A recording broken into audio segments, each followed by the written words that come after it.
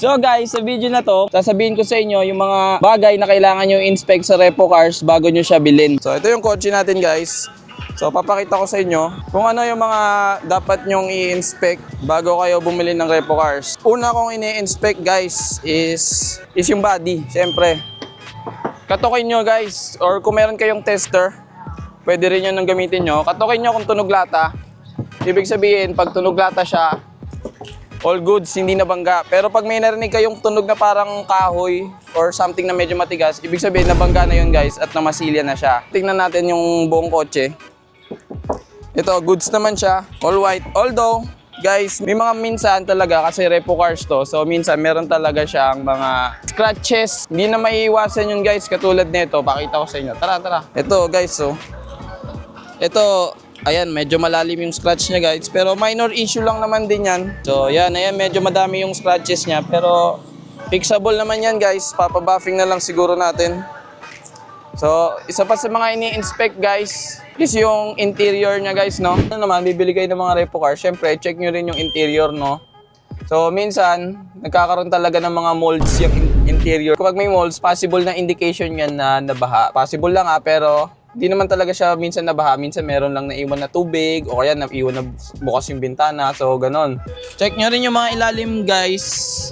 Dito malalaman nyo kung nabaha yung unit kasi dito, ayan o. Isa to sa mga indication Pag yan, kinakalawang na guys, ibig sabihin yung unit nyo, medyo alanganin na yun guys ha. Hindi naman lahat pero isa yun sa indication. Pag ito. Yan. Pero ito guys, as kita nyo naman, di ba? Maayos pa siya.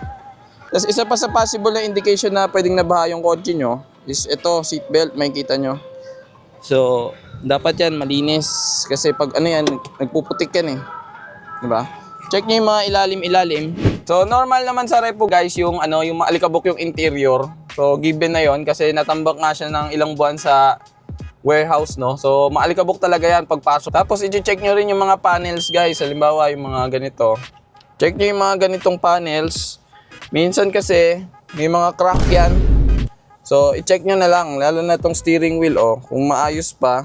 Ito, medyo meron siyang dito, gas-gas. Pero okay na yan. Hindi naman yan masyadong big issue. So, i-check nyo lahat ng panels. Check nyo rin yung interior sa likod. Ayan, nakuha nating unit. Ito. So, sobrang maayos pa itong nakuha natin, no?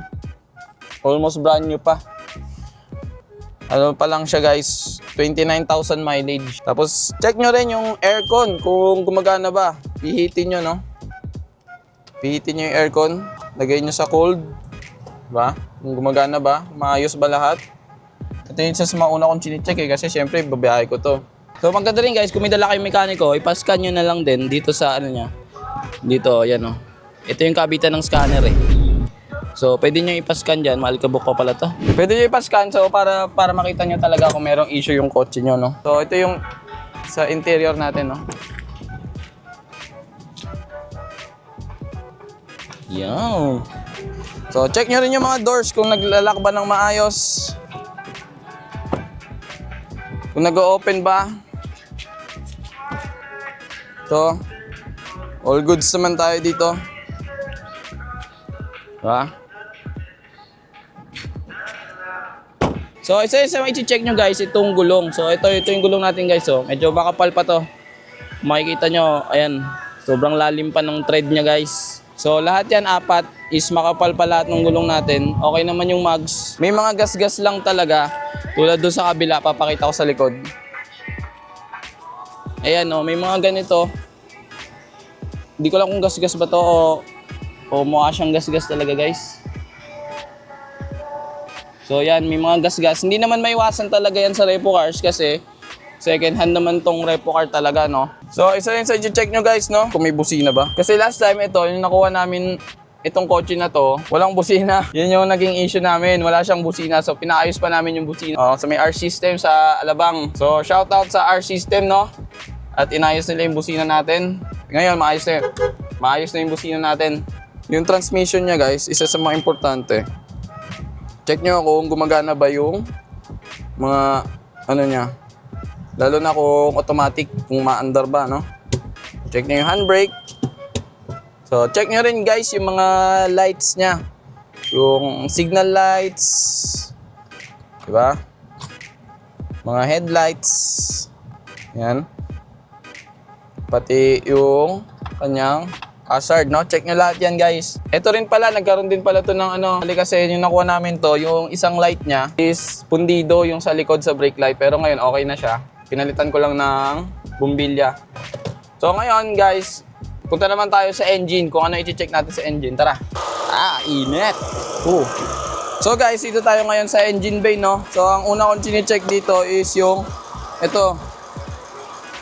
Pero hindi natin pwedeng buksan yan, guys, kasi ano siya ngayon. Kasi nga pa namin siya dinadrive eh. So, maganda naman ang circulation yan, guys. Si-check nyo no, sa engine kung merong any signs of leak. So, ayan. I-check nyo yung mga hoses niya kung okay pa ba. Ito, wala naman ako nakikita any signs of leak, no? Check nyo yung coolant, guys, kung maayos pa ba. Ayan, no? Sa yung nakuha natin, okay naman. Kulay pink pa yung coolant, no? Malinis yung makina niya. So check nyo yan kung nagbabawas ba yan or ano siya, yung parang kulay gatas na ano, pinagalong langis tsaka ano. So check nyo rin yung mga belt. Tapos check nyo rin yung oil. So ito dahil bagong change oil to. Yan, sobrang linis pa ng oil niya, guys, no. Pero nung nakuha namin to, guys, sobrang itim talaga ng oil niya. Kasi parang ano na yun, given na yun sa repo cars na pwedeng napabayaan ng previous owner yung kotse. So, yun na nga nangyari. Maitim yung oil niya. So, ngayon okay na siya. Check nyo rin yung battery, guys. Yung nakuha namin to is low bat na siya. So, ito, pinalitan namin ng bagong battery. So, ngayon okay na siya. Tapos, i-check nyo rin yung filter kung madumi ba. Siyempre, madumi talaga yan. Pero minsan kasi, baka walang filter yung repo nyo. So, check nyo lagi. Check nyo tong brake fluid niya. Importante din yan, guys. Puno pa naman to, tapos malinis pa, halos white pa siya.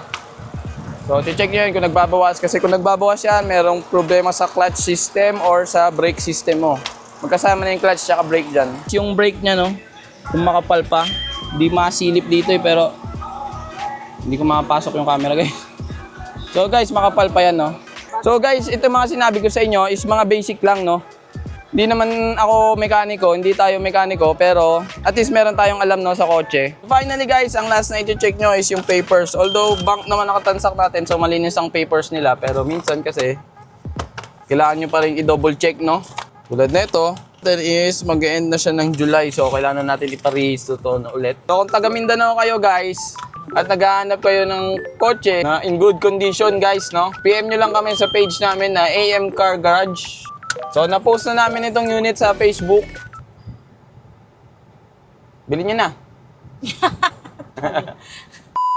Kung umabot kayo hanggang dulo, thank you sa panonood sa amin, no? At please like and subscribe, no, sa aming page. Ayan, nandyan lang yung button, guys. Pindutin nyo na, ha? Yung subscribe button na yan. So, yan lang, guys. Thank you for watching. Peace out! Should I stay or should I go?